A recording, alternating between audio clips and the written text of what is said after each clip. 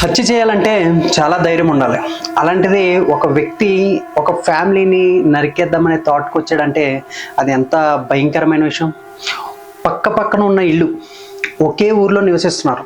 ఇప్పుడు నేను చెప్పబోయేది ఒక గ్రామంలో నిజంగా రియల్గా జరిగిన ఇన్సిడెంట్ కూడా కాదు, అది భయంకరమైన మారణకాండ. ఆ మారణంలో ఆడు చిన్న పిల్లలను కూడా ఉన్నారు. ఆ చిన్న పిల్లలను కూడా వదలకుండా ఒక్కడి కోసం మొత్తం ఫ్యామిలీని మొత్తం నరికేశాడు. ఆ ఫ్యామిలీని నరకడం వెనుక ఆయనకున్న బాధ, మనం ఎందుకు నరికాడు అనేది విశ్లేషిస్తే ఒక్కళ్ళు మాత్రమే అక్కడ ఆ ఇంట్లో తప్పు చేశారు. తనకి ఆ కుర్రోడికి వాళ్ళకి పుట్టిన ఆ బిడ్డలకి వీటికి ఈ హత్యకి ఏమాత్రం సంబంధం లేదు. అయినా ఆ పగ ఎక్కడ దాకా తీసుకెళ్ళిందంటే మనసులో ప్రతిరోజు ఇలా చంపాలి, అలా చంపాలి, ఇది నా పగేది, ఇలా ఇలా ఇలా ఇలా అలా బిల్డ్ చేసుకుంటూ తనకంటూ ఒక ఏం పుట్టించుకున్నాడు, ఒక ఉద్దేశాన్ని పుట్టించుకొని కరెక్ట్గా వాళ్ళ ఇంట్లో ఉండగా ఒకేసారి అటాక్ ఇచ్చాడు. కళ్ళు మూసి తెరిచేలోపు 6 నరికేశాడు.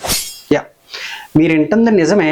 నేను చెప్పేది ఏంటంటే పగ అనేది మన పక్కోళ్ళు పొరుగోళ్ళు ఇక్కడ నుండే మొదలవుతుంది. ఈ పక్కన మన ఇంటి పక్కనే వాళ్ళు కొన్ని సంవత్సరాలుగా ఉన్నారు, చిన్నప్పటి నుండి ఒకరికొకరు తెలుసు. కానీ నరికేసేదాకా వచ్చాడంటే దానికి కారణాలు చిన్నవే కావచ్చు, కానీ అచ్చికి దారి తీసినాయి. అది ఒక్క అచ్చితో కాదు, మొత్తం ఎంటైర్ ఫ్యామిలీ చేసింది ఒకటే.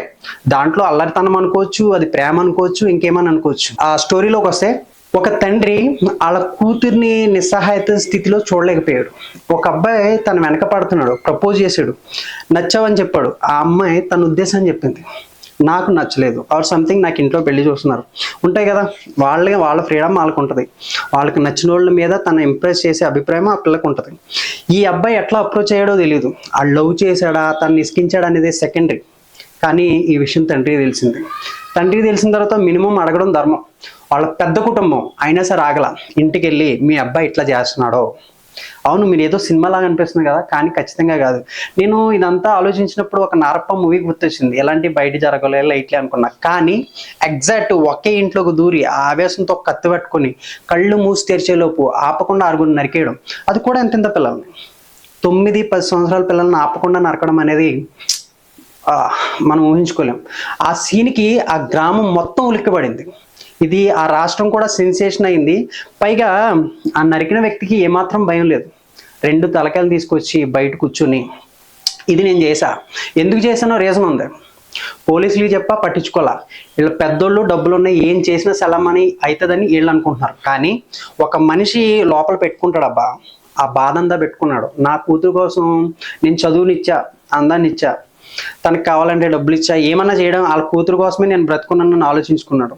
ఈ అబ్బాయి ఇలా లవ్ చేస్తున్నాడని అమ్మాయి ప్రాపర్గా వచ్చి వాళ్ళ ఫాదర్కి చెప్పింది. వాళ్ళ నాన్న పేరు అప్పలరాజు, బత్తిన అప్పలరాజు గారికి కోపం వచ్చింది. ఆ కోపం మనసులోనే పెట్టుకుని చాలా పద్ధతిగా చాలా సమయం పాటించాడు. ఇంటికెళ్ళి చెప్పాడు, పోలీసులకి కేసు పెట్టాడు. కానీ దే డోంట్ కేర్, ఏమవుతుందిలే పర్వాలేదులే ఇలానే అనుకుని ఈ వేలోనే వదిలిపడదొబ్బరు. ఈడ అగాయించాలి ఆగల.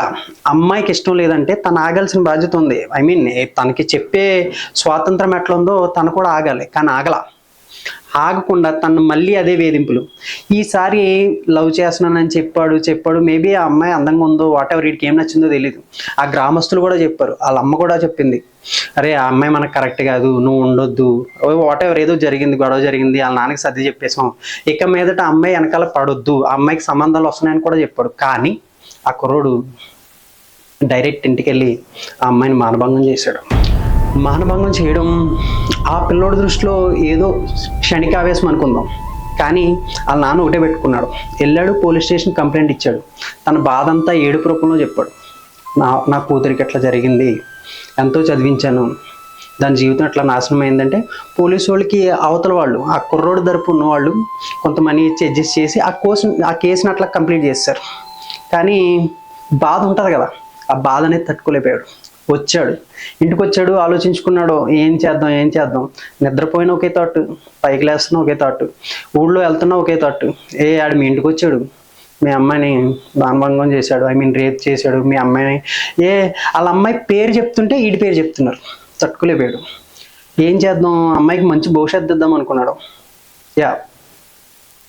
డిసైడ్ అయిపోయాడు ఇంకా, నేను ఇవ్వాల్సిన భవిష్యత్తు ఇది కాదు, ఈ సమాజంలో నాకు న్యాయం జరగదు, అని కత్తి వైపు చూశాడు, కత్తిని నమ్ముకున్నాడు. ఒక్కల్ని కాదు, ఆ బుద్ధి చెప్పనందుకు వాళ్ళ అమ్మని, పట్టించుకోలేనందుకు వాళ్ళ నాన్ని, ఆడుతూ ఉంటున్నందుకు చిన్న చిన్న పిల్లల్ని, వాళ్ళ మావయ్యని, అత్తయ్యని మొత్తం అందరిని నరికేస్తాడు ఆన్ ద స్పాట్లో. తలుపులు డోర్ వేసి ఇలా వేయడమే, ఇంకా మాట కూడా రాలా. వాళ్ళు టిఫిన్ చేస్తున్నారు, కొందరు ఆడుకుంటున్నారు, కొందరు భోజనం చేస్తున్నారు, కొందరు ఆన్ ద స్పాట్ మొత్తం 6 నరికి బయటకు వచ్చి కూర్చుని బాధపడ్డాడు. ఊరోళ్ళంతా వచ్చారు, కూర్చున్నారు, అడిగారు. ఇప్పుడు చెప్పాడు, పరువు అంటే ఇది, నేను పరువుగా ఉన్నా, పరువుగా బతికా, నా కూతుర్ని కూడా అట్లనే చెప్పా, నేను నా వేలో న్యాయంగా చెప్పా, కానీ ఇలా అందుకని నేను చేయాల్సింది చేశా. పోలీసులకు నేను కాల్ చేస్తున్నాను అని వాళ్ళ ముందే కాల్ చేశాడు. వాళ్ళ ముందు పోలీసులకు కాల్ చేసి, నేను ఎక్కడే ఉన్నా, కత్తిదిగో, నేను నరికిన తలకాయలు, మీరు ఏం వేసినా ఓకే. ఈ కేసుకి సుప్రీంకోర్టు ఒక 2 years పెండింగ్లో పెట్టి న్యాయోపవాదాలు విన్న తర్వాత వాళ్ళు కూడా ఉందని తెలిసి జీవిత ఖైదు నుండి 6 చంపడం అనేది క్రిమినల్ యాక్ట్. డైరెక్ట్గా ఇంకా ఉరి తీయడానికి నిశ్చయించి మేబీ లాస్ట్ మంత్నే తన్నే ఉరి తీశాడు. ఈ విషయం నాకు తెలుసు, చాలామందికి తెలియదు. ఎందుకంటే ప్రేమ, కోపం ఇలాంటి ఒక పునాది లాంటివి అవి వేసాము, ఒక విత్తనం లాంటిది.